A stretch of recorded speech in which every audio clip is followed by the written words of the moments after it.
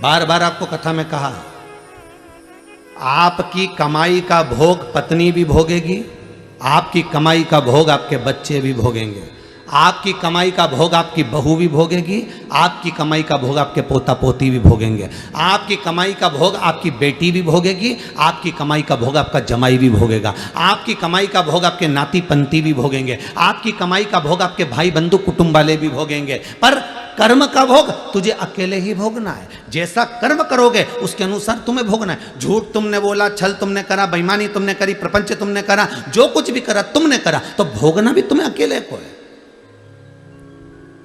भोग सब भोगेंगे पर कर्म का भोग कोई नहीं भोगेगा।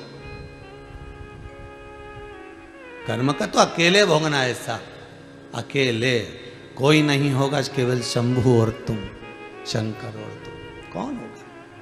और वो बोलते जाएगा, ये कर्म तुमने करा है, इसका भोगना पड़ेगा।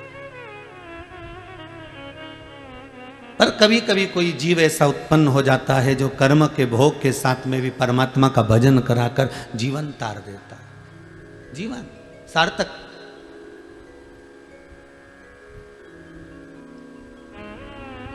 ये जो आनंद की अनुभूति है, ये यही सुख देती है,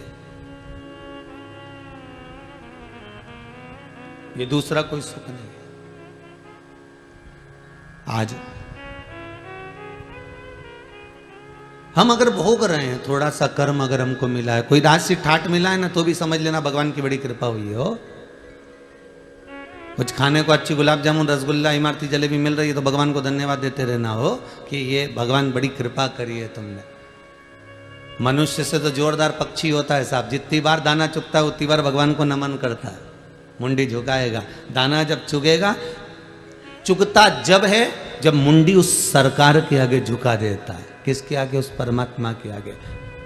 मनुष्य से अच्छा तो पक्षी है जो जब जब दाना चुगता है, चुगने से पहले अपनी मुंडी को झुकाता है कि परमात्मा तुझे धन्यवाद है जो मुझे खाने के लिए एक दाना तो दिया है तुमने, एक दाना मुझे दिया। वो पक्षी बार बार जितनी बार दाना उठाता है उतनी बार मुंडी झुकाता है, अपनी गर्दन को, अपने मुख को, अपने शीश को झुका देता है। उस दाने को उठाने के लिए नहीं झुकाता, वो परमात्मा को धन्यवाद देने के लिए झुकाता है कि तेरी कृपा से मुझे ये दाना खाने को मिल रहा है। अब ये तो पक्षी हुआ कि जब जब खाता है तब तब वो अपनी चोंच को, अपनी मुंडी को, अपने गले को, अपने शीश को बार बार झुका रहा है, परमात्मा को बार बार धन्यवाद दे रहा है। वो परमात्मा के आगे मस्तक को बार बार झुका रहा है, बार बार प्रणाम कर रहा है कि तेरे बल पर मुझे एक दाना खाने को मिला, तेरे बल पर मुझे ये दाना खाने को मिल रहा। जितनी बार पक्षी शीश झुकाता है उतनी बार मेरे बाबा विश्वनाथ को, मेरे शंभू को, मेरे ओघड़ी को, मेरे त्रिकालदर्शी, मेरे कैलाशी, मेरे अविनाशी, मेरे कुबेर भंडारी को बार बार धन्यवाद देता है। और एक इंसान दिन भर खाता है पर धन्यवाद देने का टाइम 2 समय बना रखा है। हम 2 अगरबत्ती सुबह लगा देते हैं, शाम को दिया लगा देते हैं, उतनी देर में भगवान का कोटा पूरा कर देते हैं। मतलब भगवान को भी काम के रूप में यूज कर रहा है।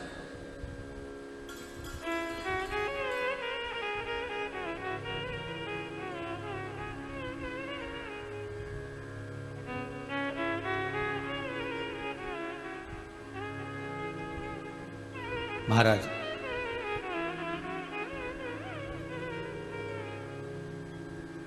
केवल मंदिर जाने पर परमात्मा कभी नहीं मिला रे बाबू। पोथी पढ़ पढ़ जगमुआ, पंडित भयो ना कोई, 2.5 आखर प्रेम का पढ़े सो पंडित हो। वो 2.5 अक्षर है कौन सा?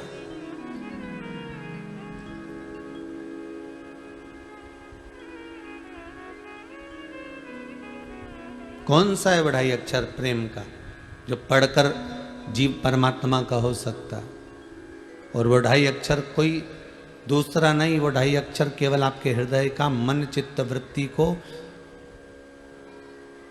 किसी भूखे के भोजन में, किसी प्यासे के पानी में, किसी पथिक के पवन में, राहगीर की सेवा में लगा देने पर ही परमात्मा प्रसन्न हो जाता है।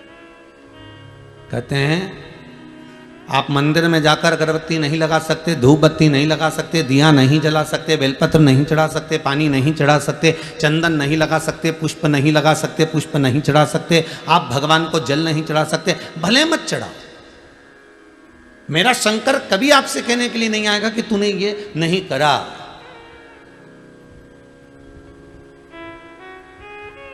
कभी नहीं कहेगा। 94 तरह के नरकों में गरुड़ पुराण के अंतर्गत जितने नरक कहे गए हैं उसमें कोई नरक ऐसा नहीं लिखा कि तुम मंदिर नहीं गए इसलिए तुम्हें नरक भोगना पड़ेगा। सारे नरकों में ऐसा कोई नरक नहीं लिखा कि तुम मंदिर नहीं गए इसलिए नरक भोगना पड़ेगा। पर नरकों में एक नरक ऐसा लिखा है कि तुम्हारे दरवाजे पर कोई भूखा आया और उसको तुमने भोजन नहीं कराया तो तुम्हें नरक भोगना पड़ेगा। तुम्हारे दरवाजे पर कोई प्यासा आया, तुमने पानी ना पिलाया तो नरक भोगना पड़ेगा। तुम्हारे दरवाजे पर कोई पथिक आया, राहगीर आया और तुमसे मार्ग पूछा, तुमने नहीं बताया तो भोगना पड़ेगा।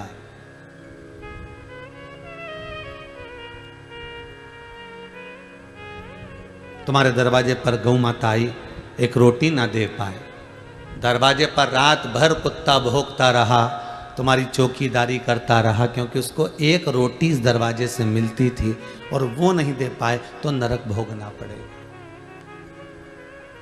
किसी वृक्ष के नीचे चींटियां बहुत सारी हो रही है, थोड़ा सजाकर आपने एक भाग नहीं डाला, नरक भोगना पड़ेगा। वो आस लगाकर बैठी हुई, बहुत अरमान लेकर बैठी हुई, उसके बाद भी हम उसको कुछ ना दे पाए। गरुड़ पुराण में ये नहीं लिखा कि आप मंदिर नहीं जाओगे तो नरक भोगना पड़ेगा। गरुड़ पुराण कहती है कि किसी पथिक को, किसी राहगीर को, किसी भूखे को, किसी प्यासे को, किसी अन्य को जिसको जरूरत है उसको नहीं दे पाए तो भी नरक का काम, तो भी नरक है।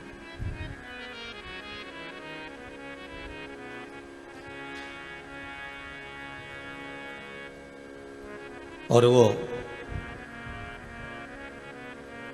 कहते हैं ना,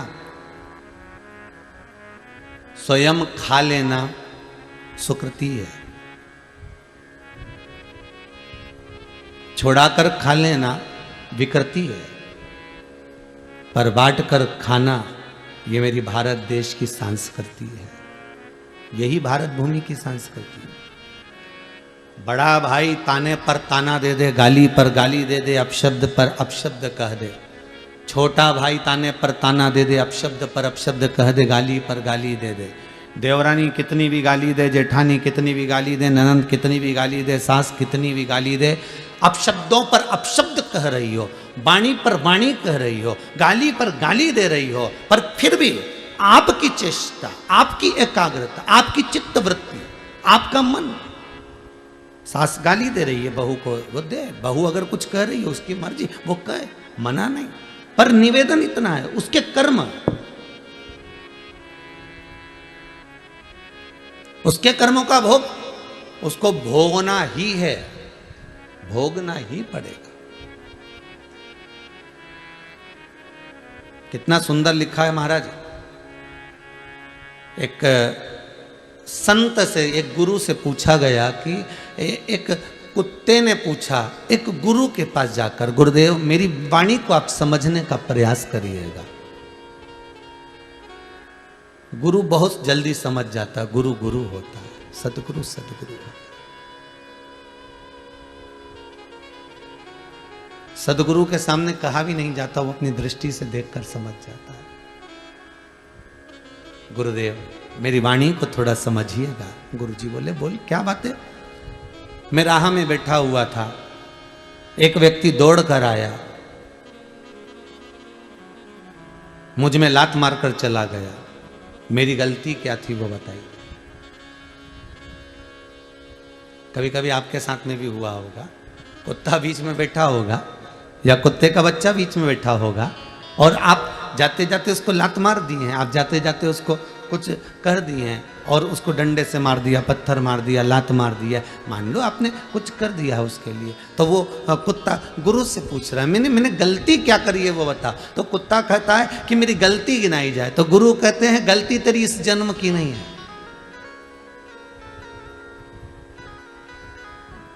हमको लगता है कि हम मनुष्य की देह धारण करें इसलिए हमको दुख ज्यादा भोगना पड़ रहा है।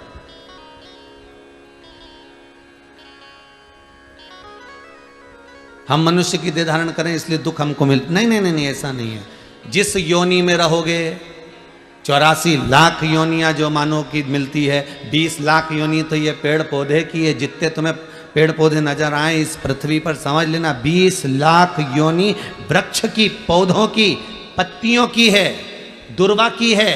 20 लाख योनि केवल इन वृक्ष जैसे खड़े ठूट जैसे पड़े रहना पड़ेगा। पानी भी गिर रहा है, गर्मी भी पड़ रही है, ठंड भी पड़ रही है, एक जैसे लोग पत्थर उठा उठाकर मार भी रहे हैं।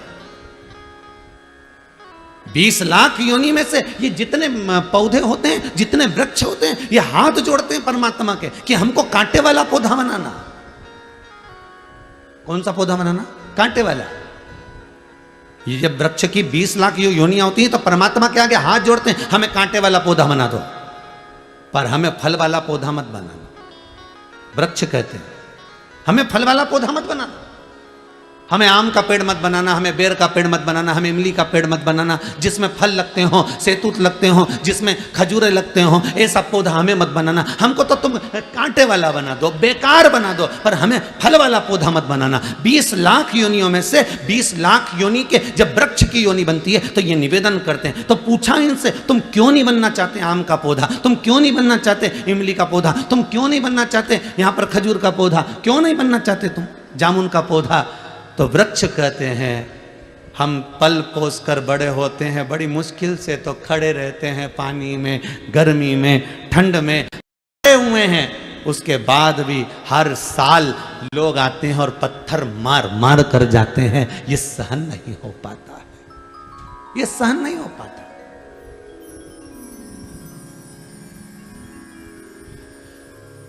आप में से जितने लोग कथा सुन रहे हैं आस्था चैनल पर, पूरे विश्व में जितने लोग मोबाइल पर कथा सुन रहे हैं, फेसबुक और यूट्यूब पर, इनसे निवेदन करूंगा, यदि आपने अपने घर में, परिवार में, कुटुंब में, कबीले में, रिश्तों में, नातों में कहीं ना कहीं गरुड़ पुराण की कथा सुनी होगी तो उसमें पंडित जी ने बताया होगा कि आम का पेड़, जामुन का वृक्ष, खजूरे का वृक्ष, फलदार वृक्ष कब बनता है व्यक्ति? ये गरुड़ पुराण के अंतर्गत लिखा हुआ है कि व्यक्ति ये वृक्ष चौराहे पर, रोड पर, किनारे पर केरी का, आम का, बेर का, इमली का ये पेड़ क्यों बनता है?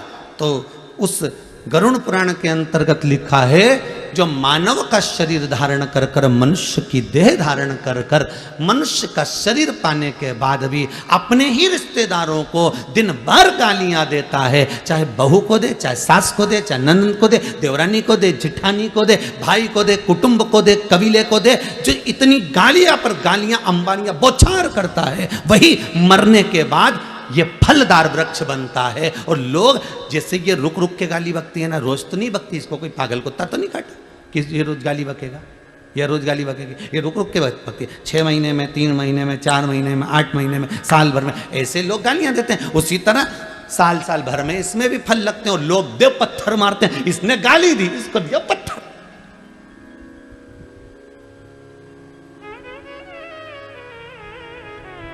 ना सास समझ पाती है कि मैं बहू को गाली ना दूं, ना बहू समझ पाती है कि मैं सास को ताने ना दूं। दोनों अगर ये समझ जाए ना, यीशु महापुराण के पहले दिन की कथा ही समझ गए नहीं तो समझ लो जिंदगी सवर गई। कि हमने गाली दी और बेर का पेड़ बने और लोगों ने पत्थर दिया और एक बार में काम नहीं चलेगा, कितने समय तक खड़ ठूट जैसे बड़े बड़े। हमने अपशब्द किया, बस वो विक्रम और बेताल की कथा याद कर लो, तू बोला और मैं चला, उतने में समझ जा। हमने किसी को अपशब्द कहा, हमने किसी को ताना दिया, हमने किसी को गाली दी, हमने किसी के लिए अपशब्द कहा, बस समझ लेना इमली का पेड़ बनने वाले हो, बस बेर का पेड़ बनने वाले हो, केरी का पेड़ बनने वाले हो। और ऐसी जगह भगवान लगाएगा कि लोग पत्थर मार के जाएंगे और पत्थर खाए बगैर तुम मानने वाले नहीं हो, क्योंकि तुम्हारे मुख से अपशब्द इतने निकल गए, ताने इतने निकल गए, गालियां इतनी निकल गई कि संबोधन किससे? जैसे तुमने बौछार करी वैसे पत्थर की बौछार होती।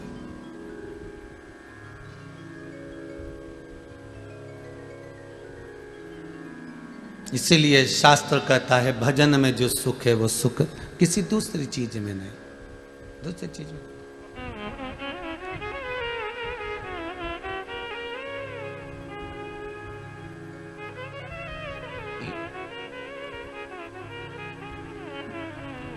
ये चंडीगढ़ के रमेश कुमार जी अगर कथा करवा रहे हैं इन्होंने आशीष जी को लिखकर भेजा है, समीर जी को।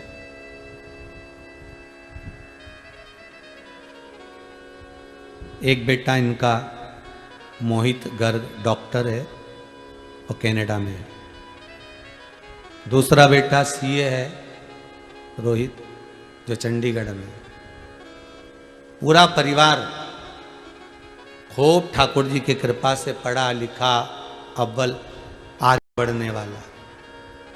तो हमने आशीष जी से पूछा कि ये बताओ कि फिर ये कथा किसके लिए करा रहे हैं, तो क्या अपने माता पिता क्यों करा रहे हैं? कथा इतने दिन को मिल कैसे गई?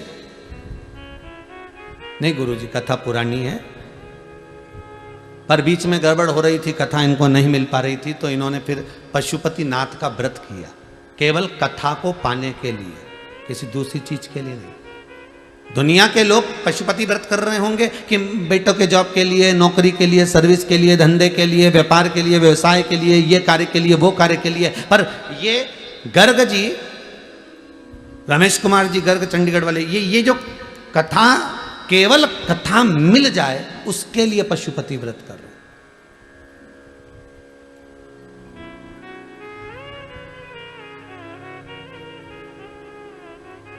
और देखिए, कैलाश मानसरोवर की इन्होंने यात्रा करी तो भी वहां विनती करके आए, एक बार बस बाबा कृपा करना, एक बार कृपा ऐसी हो जाए कि बस शिव महापुराण की कथा का रस तत्व मिल जाए।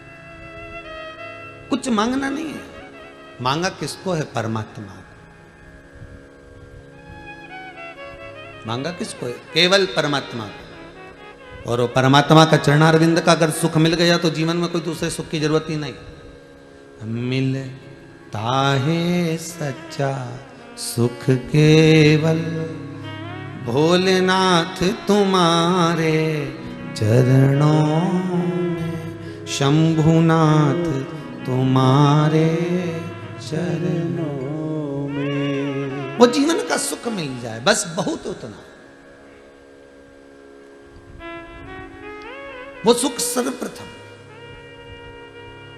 आप अपशब्द कह दोगे, कह थोड़ी देर के लिए आपने अपशब्द कह दिया, थोड़ी देर के लिए आपके मुख से अपशब्द निकल गया, थोड़ी देर के लिए आपके मुख से गाली निकल गई, थोड़ी देर के लिए आपके मुख से ताने निकल गए, थोड़ी देर के लिए आपने किसी का दिल दुखा दिया। पर उतना याद जरूर रखना कि बेर का पेड़ जब जब यहाँ से जाओ ना, जब जब कहीं निकल के जाओ ना, तो बेर का पेड़ मिल जाए तो समझ लेना ये भी वही है, अपने ही रिश्तेदार। इन्हें खूब गाली बकी ने, बापड़ा बेचारा पेड़ बन के खड़ा हो गया।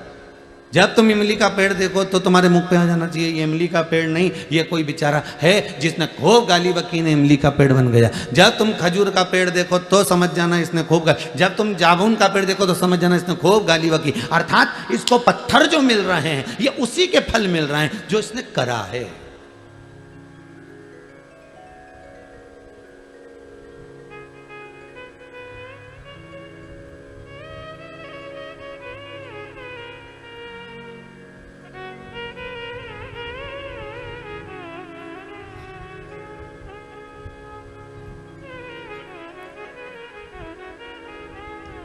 आज सुबह हम स्कंद पुराण पढ़ रहे थे थोड़ी सी, तो उसमें बंटी जी परिहार ने एक प्रश्न किया है, गुरुदेव आप हमेशा कहते हो कि वृक्ष की योनि ये है, उसकी योनि ये है, ये जो गन्ना लगता है ना, शुगर, गन्ना जिसकी शुगर बनती है, शक्कर बनती है, ये गन्ना भी तो पेड़ पौधे में आता है, तो फिर ये योनि कैसी है?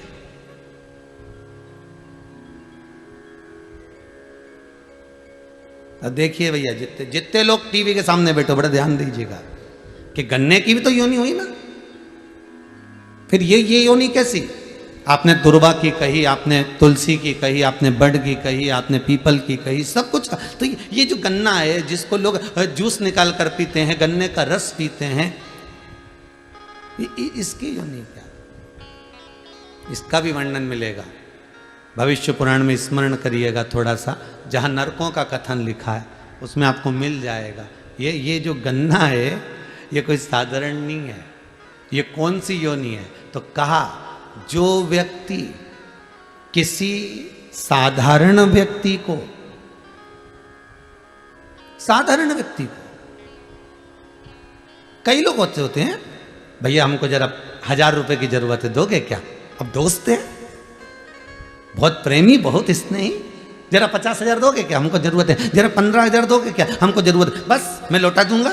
और प्रेम में रिश्तेदारी बनाकर, नातेदारी बनाकर, कुटुंब बनाकर, अपना प्रेमी बनाकर, अपने स्नेही बनाकर, अपने सगे बनकर, अपने प्रेम की वाणी में जोड़कर, इतने मीठे मीठे बोलकर उससे थोड़ा थोड़ा पैसा निकाल लिया, चुरा लिया, ले लिया। अब लेकर रख तो लिया पर दे नहीं पा रहे हो। बस वही व्यक्ति की योनि जो 20 लाख योनि वृक्ष की है, उसमें गन्ने की योनि उसी की बनती है। जैसे तूने मीठा बनकर उससे निचोड़ा था, अपने पास रख लिया, तो भी मीठा बनकर ऐसे ही निचोड़ा जाएगा। और गन्ने को इतना मीठा बना दिया कि वो गन्ने की रस वाले की दुकान पे गया ने उसको वो मशीन में फिर दिया गया ने सारा रस निचोड़ा गया, सारा रस निचोड़ लिया।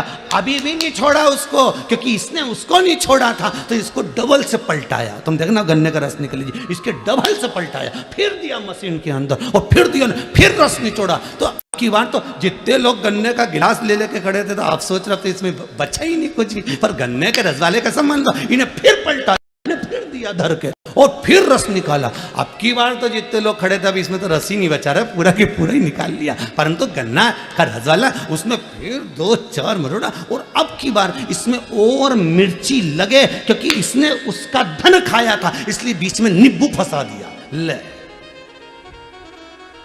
बीच में नींबू फंसाए और फिर दिया मशीन के अंदर, फिर रस निकला। अभी भी रह गया तो क्या भी रुक जा, पुदीना और डालू, रुक। और फिर इसने निचोड़ा, फिर दमदारी से फिर उसको चोरबत्ती करी और फिर उसमें पुदीना डाल दिया। ले, फिर दिया धर धर के, कहीं नहीं बचा। ऐसा हो गया बेचारा, छिलका अलग अलग हो गया। फिर उठा के उसने ठेले के, जितने सुन रहे हो आस्था पे बोलो, तो फिर ठेले के नीचे डाल दिया, उसको डस्टबिन में पटक दिया, कचरे में डाल दिया। अब उनमें इतना रस नहीं बचा कि मक्खी भी कुछ खा सके, इतना ही नहीं बचा। फिर भी मक्खी ने सोचा थोड़ा बहुत पड़ा हो तो अपन ही निपटा लो।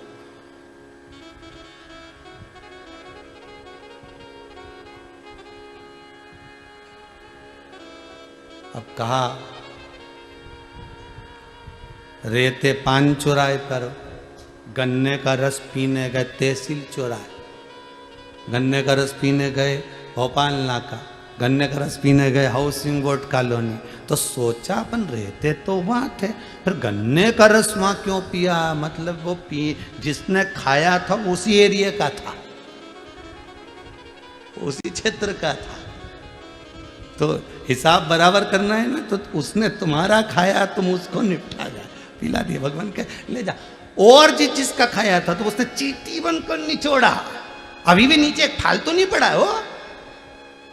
जिसका खाया उसने चींटी बनकर निचोड़ा, नहीं छोड़ी 8 दिन तक, 7 दिन तक, मक्खी बनकर निचोड़ा, चींटा बनकर निचोड़ा, उसने सब तरह से निचोड़ लिया। अब तो वो गन्ने का छिलका भी कह रहा, भगवान अगली बार किसी का रुपया नहीं खाऊंगा, सबका देख के आऊंगा, नहीं तो फिर निचोड़ा जाऊंगा। ऐसा काम मत करना, भोगना तो।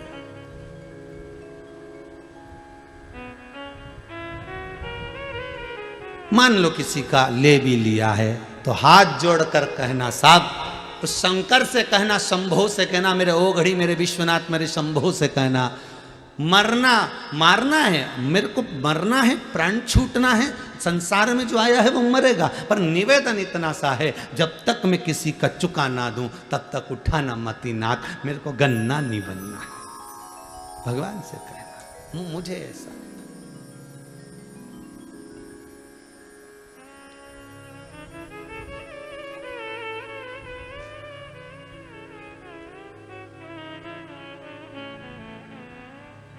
हमारे कर्म का भोग हमको भोगना है महाराज, कोई दूसरा नहीं भोगेगा, कोई दूसरा नहीं, पत्नी नहीं भोगेगी, बच्चे नहीं भोगेंगे, कोई नहीं भोगेगा, भोगना आपको है। ऐसा कर्म करते चलना जिंदगी में जिसमें सुख का अनुभव हो आपको। आप कितना भी कमाओ, आप कितना भी धन एकत्रित कर लो, आप कितनी भी संपदा जोड़ लो, आप कितना भी वैभव बना लीजिए आपका, पर अपने माता पिता और गुरु की साक्षी में, अपने माता पिता और गुरुजन की साक्षी में कभी अपने उच्च स्वर ना निकालिए।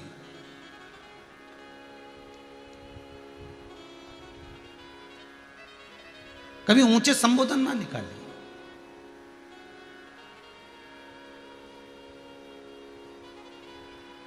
माता के सामने बेटा जाकर कह दे, अरे मम्मी, अरे माता, जो पिता ने नहीं करा, जितना पिता ने नहीं कमाया उससे ज्यादा मैं कमा रहा हूं। या बच्चा अपने पिता के सामने कह दे, पिताजी जो तुम नहीं कर पाए वो मैं कर कर दिखा रहा हूं।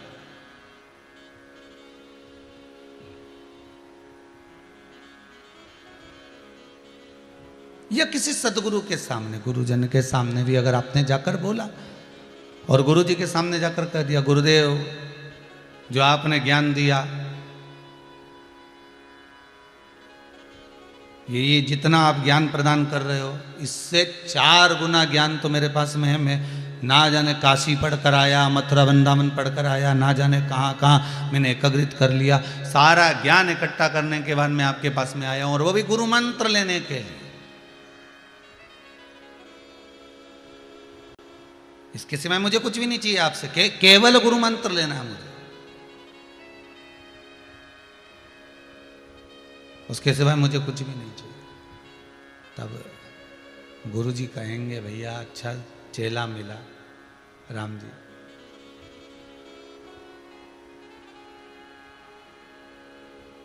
बड़ा गजब का चेला मिला।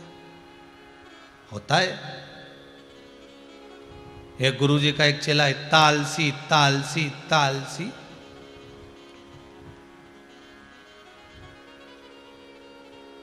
रात्रि को आश्रम में बिल्ली घुस गई, बिल्ली प्रवेश कर गई, और जैसे ही बिल्ली प्रवेश करी तो गुरुजी ने सोते सोते आराम से उसको आवाज लगा कर कहा, चेला, ओ चेला। हाँ गुरुदेव। देख तो बेटा, वो बाहर जाकर जरा सा देखना, कमरे में बिल्ली घुस गई, आवाज आ रही है गुटर गुटर की, थोड़ा बहुत कुछ कर रही होगी, बर्तन हिला रही होगी, जरा देख ले। तो चेला आवाज लगा कर बोला, गुरुदेव मेरे को तो बिल्ली की आवाज आ ही नहीं रही है। गुरुजी ने कहा, अच्छी आफत हुई दादा। फिर गुरुजी ने कहा, बेटा बाहर पानी आ रहा है, गाय बंधी हुई है खूंटे से, उसको छोड़कर अंदर बांध दिया। चेला बोला, गुरुजी आपके होते हुए मैं किसी को बंधन से मुक्त कैसे कर सकता हूं। गुरुजी बोले, गजब। अब आलसी तो चेला था, आपके होते हुए मैं किसी को बंधन से मुक्त कैसे कर सकता हूं, मैं कैसे जाकर उस गाय को खोल सकता हूं। ये काम तो आप कर सकते हो, बंधन से मुक्त करना ये तो गुरु का काम है, चेले का नहीं। इसलिए आप चले जाओ, और उसको खोलकर अंदर बांध दिया। रात्रि हो गई, सोने लगे। अब नींद लगने लगी तो गुरुजी ने कहा, बेटा वो दिए की रोशनी को कम कर दे, थोड़ा दिया बंद कर दे। चेला बोला, गुरुजी आपने तो सिखाया है जिंदगी में लोगों के प्रकाश करो, अब मैं उठ के जाऊं और अंधकार करूं तो ये मुझे अच्छा थोड़ी ना लगेगा, ये तो गुरु ही कर सकता, ये गुरु के सिवा कोई नहीं कर सकता।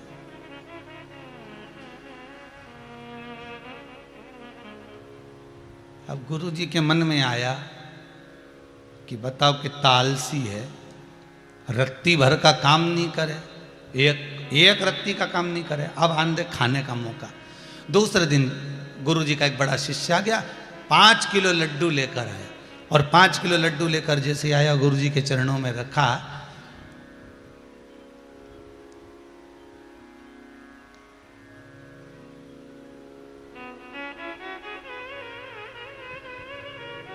और रखते से ही बड़े शिष्य ने छोटे शिष्य को बुलाया, आओ महाराज आप भी थोड़ा सा मीठा खा लीजिए।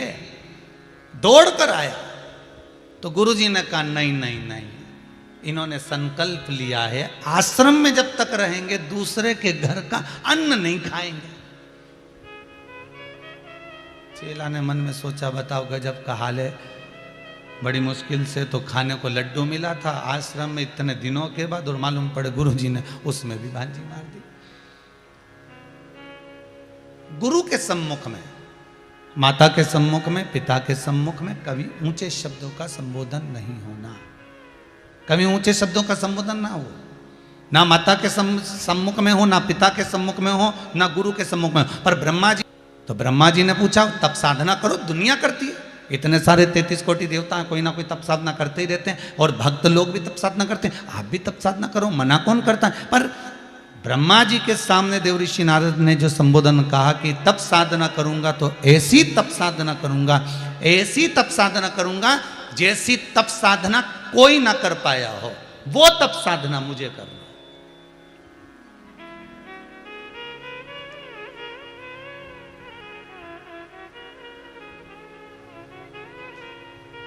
शिव महापुराण की कथा कहती है, जिस समय आपके चित्त में, आपके मन में, आपकी वृत्ति में एक बात आ जाए कि जो कोई नहीं कर पाया और किसी ने कर भी दिया तो उसका रिकॉर्ड मुझे तोड़ना है, उसका रिकॉर्ड मुझे तोड़ना है, ऐसी तप साधना मुझे करना है। शिव पुराण कहती है कि किसी को नीचा दिखाकर, किसी को छोटा दिखाकर, किसी को थोड़ा सा भी नीचा दिखाकर अगर हम किसी भजन को कर रहे हैं, किसी तप साधना को कर रहे हैं, किसी संकीर्तन को कर रहे हैं, किसी अनुमोदन को कर रहे हैं, किसी स्मरण को कर रहे हैं, तो वो हमें सुख का भान नहीं दे सकता, वो हमें आनंद की अनुभूति नहीं दे सकता। भगवान शंकर पार्वती जी से कर रहे हैं, नारद जी के मन में ये अहंकार का जो बीज है ये पहले से आ चुका था। ये तो केवल नारद ने तप कर कर, साधना कर कर मेरे सम्मुख में आकर जो कहा, ये तो अहंकार का कप, अर्थात जो थोड़ा सा चाय भरी थी कप के अंदर, वो झलकी है। केवल ठेक लगने से, केवल टुल्ला लगने से, केवल थोड़ा सा स्पर्श हो जाने से, थोड़ा सा धक्का लग जाने से वो चाय झलक गई। व्यक्ति के भीतर का अभिमान कब झलकता है, व्यक्ति के भीतर का अहंकार कब झलकता है? थोड़ा सा टल्ला लगा, मतलब किसी ने कहा वाह साहब वाह, बहुत बढ़िया, तुम्हारे बराबर दुनिया में कोई दान नहीं कर सकता, तुम्हारे बराबर दुनिया में कोई पुण्य नहीं कर सकता, तुम्हारे बराबर दुनिया में कोई सत्कर्म नहीं कर सकता। बस ये थोड़ा सा जो टल्ला लगा है, थोड़ा सा जो धक्का लगा है, इस धक्के के बल पर बस वो चाय झलक गई, अहंकार झलक गया, अभिमान झलक गया, काम झलक गया, आसक्ति झलक गई, तृष्णा झलक गई, ये वासना, आसक्ति, तृष्णा सब झलक गई, थोड़ा सा टल्ला।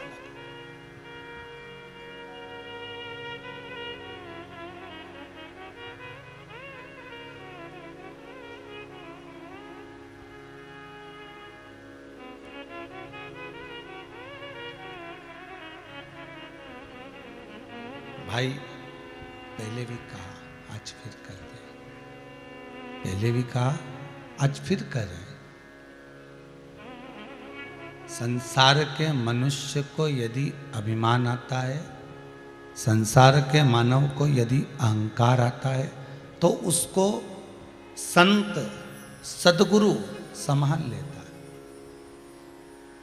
गुरु को यदि अहंकार आए तो सदगुरु संभाल लेता है। सतगुरु को यदि अहंकार आए तो उसको देवऋषि नारद संभाल लेते हैं, और अगर देवऋषि नारद को ही अहंकार आ जाए तो उसको कौन संभालेगा? तो शिव महापुराण की कथा में पार्वती जी को शिव जी यही कह रहे हैं कि इसको कोई दूसरा नहीं संभालता, पार्वती उसको देव आदिदेव महादेव ही संभालता है।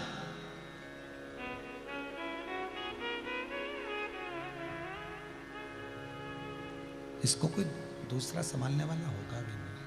संभालेगा तो देव आदिदेव महादेव ही संभालेगा, संभालेगा तो केवल शंकर ही संभालेगा, संभालेगा तो केवल शिव ही संभालेगा। क्योंकि इस मृत्यु लोक का देव अधिदेव महादेव कोई साधारण नहीं है। संसार का सबसे बड़ा अगर कोई गुरु है तो वो शंभु है, वो शंकर, वो त्रिकालदर्शी, वो कैलाशी, वो अविनाशी है।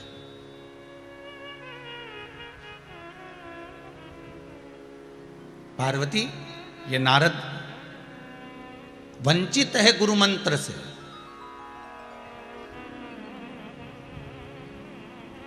ये नारद गुरु मंत्र से वंचित है।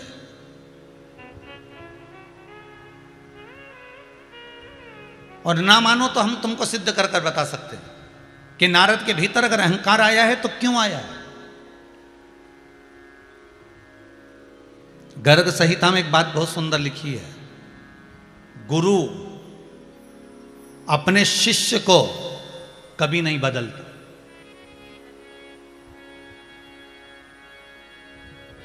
गर्ग संहिता में लिखा है, गुरु अपने चेले को, जिसको उसने गुरु मंत्र दिया है, उसको कभी नहीं बदलता, उसको कभी नहीं पलटता।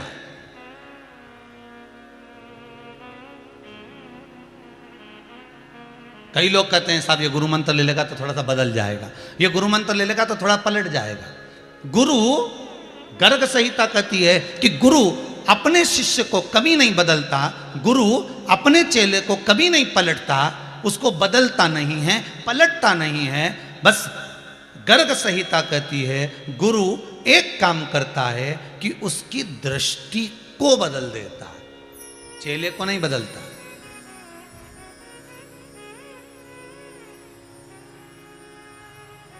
गुरु का चेला कभी नहीं बदलेगा, ना पलटेगा। क्या बदलेगा? बदलेगा तो केवल दृष्टि, केवल दृष्टि। क्या करेगा वो? शिव महापुराण की कथा कहती है उसकी दृष्टि में भगवान शिव को, भगवान राम को, भगवान कृष्ण को ऐसा विराजमान कर देता है, वो नेत्रों के भीतर परमात्मा को ऐसा विराजमान कर देता है, वो नेत्रों के भीतर भगवान को ऐसा विराजमान कर देता है कि व्यक्ति को सब कुछ श्रेष्ठतम ही दिखने लगता है।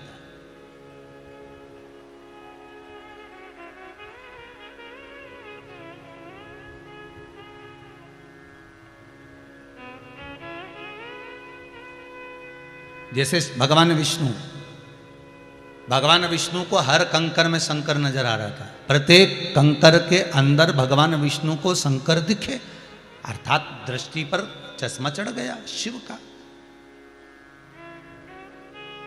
कई ऐसे होते हैं जिनको केवल राम का दर्शन होता है, कई ऐसे होते हैं जिनको कृष्ण का दर्शन होता है, कई ऐसे होते हैं जिनको भवानी का दर्शन होता है, कई ऐसे होते हैं जिनको दत्त का दर्शन होता है, कई ऐसे होते हैं जिनको गुरु का दर्शन होता है। कंकर में शंकर अगर है, कंकर में अगर शंकर नजर आ रहा है, कंकर में अगर शंकर दिख रहा है तो उसका कारण है कि आपकी दृष्टि में शंकर है।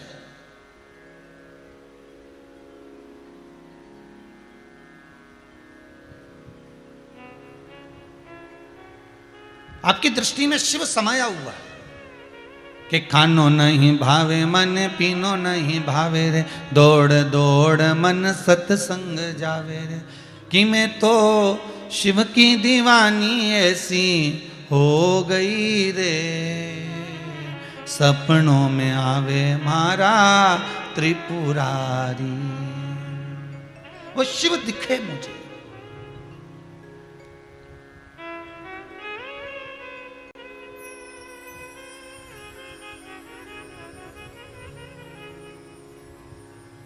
आपकी दृष्टि पर वो गुरु कभी तुम्हें नहीं बदलेगा, गुरु कभी तुम्हें नहीं पलटेगा। गुरु केवल बदलेगा तो तुम्हारी दृष्टि बदलेगा, गुरु बदलेगा तो तुम्हारी सोच बदलेगा, गुरु बदलेगा तो तुम्हारे विचार बदलेगा।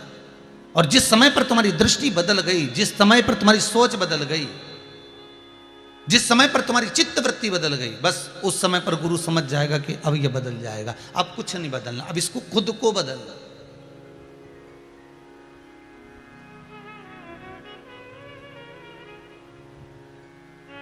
देव ऋषि नारद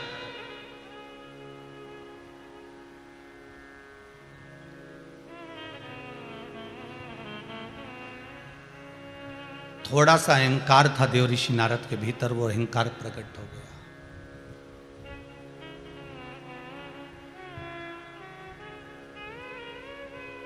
एक बात आपसे कहें, जितने लोग आस्था चैनल पर कथा सुन रहे हैं, जितने फेसबुक और यूट्यूब पर कथा सुन रहे हो, बड़े बड़े ध्यान से सुनना और एक जवाब जरूर देना।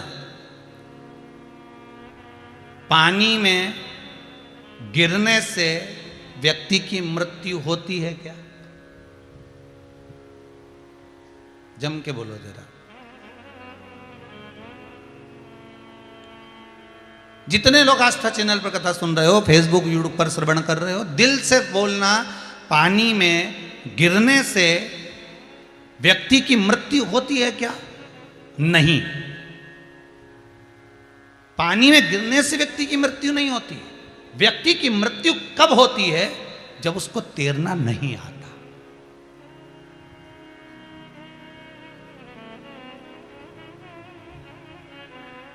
अगर व्यक्ति को तैरना आता है तो उसकी मृत्यु नहीं हो सकती, पानी कितना भी गहरा।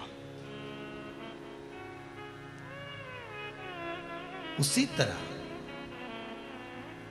समस्या बहुत बड़ी होती है, दुख बहुत बड़ा होता है, बहुत बड़ा। दुख बहुत बड़ा है, समस्या बहुत बड़ी है, कष्ट बहुत बड़ा है। पर यदि आपको समस्या से निपटना आता है, जैसे पानी में गिरने से मृत्यु नहीं होती, मृत्यु कब होती है? जब आपको तैरना नहीं आता, तो फिर मरोगे। समस्या बहुत बड़ी है, दुख बहुत बड़ा है, कष्ट बहुत बड़ा है, पर उस समस्या से निपटना यदि आपको आता है, आप शिव महापुराण की कथा को श्रवण करते हो, आप शंकर का अनुमोदन करते हो, आप भगवान का भजन करते हो, और आपका विश्वास अगर प्रबल है और भगवान की भक्ति में अगर आप डूबे हुए हो, तो समस्या कितनी भी बड़ी होगी, दुख कितना भी बड़ा होगा, अगर आपको निपटना आता है, उस समस्या का निवारण यदि आपको आता है, तो आपको भीतर दुख प्रवेश नहीं कर सकता, समस्या आपको घेर नहीं सकती, आप उससे बाहर निकल जाओगे, उभर जाओगे।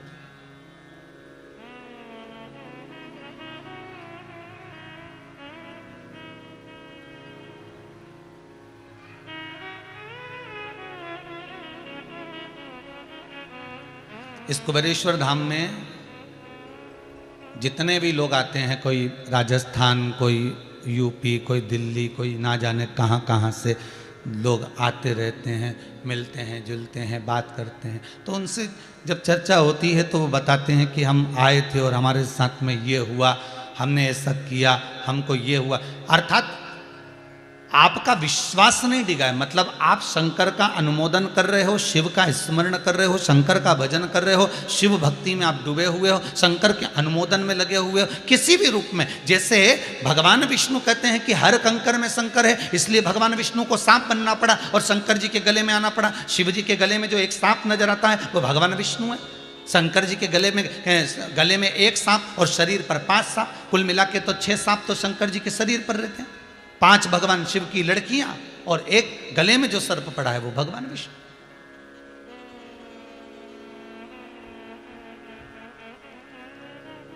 पानी में गिरने से कोई नहीं मरता, मरता जब है जब उसको तैरना नहीं आता।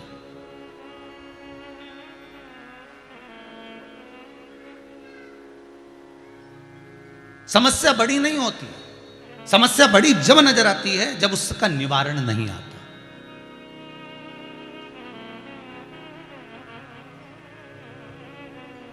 आप उस परमात्मा के नज़दीक में जब पहुंच रहे हो, आप उस परमात्मा के करीब में जब जा रहे हो, उस परमात्मा के नज़दीक में जब आप प्रवेश कर रहे हो, तो आपके भीतर ये भाव होना चाहिए कि कितनी बड़ी भी समस्या है, अगर परमात्मा खड़ा है तो फिर दुख किस बात का। शबरी अम्बा को बार बार जितने संत निकल कर जाते थे, जितने गुरुजन निकल कर जाते थे, शबरी अम्बा से कहते थे, अरे ओ शबरी, रोज बुआरी लगाती है, रोज झाड़ू लगाती है, रोज रंगोली डालती है, रोज सेज बिछाती है। और कई लोग तो हंसकर भी जाते थे, जितने कई लोग ज्ञान की बात कह जाते थे, शबरी एक दिन भगवान तुझे जरूर मिलेगा। और कोई कहता था, हो पागल है ये, तुम बावरी हो गई, ये तो बावरी हो गई, ना जाने क्या इसके बुद्धि में आया हुआ है, रोज बुआरी लगाती है, रोज झाड़ू लगाती, रोज सेज बिछाती। पर शबरी की चित्तवृत्ति में मातंग बाबा का संबोधन, मातंग ऋषि का शब्द एक बुद्धि चित्त में आ गया था कि मुझे दर्शन देने के लिए राम जरूर आएंगे। ये शबरी अम्बा के हृदय में बैठ गया था। फिर दुख कैसा भी हो, कोई कितना भी ताना दे, कोई कितनी भी गाली दे, कोई कितना भी अपशब्द कहे, पर शबरी अम्बा की चित्तवृत्ति में यह संजो गया था कि मेरे को राम का दर्शन होगा ही।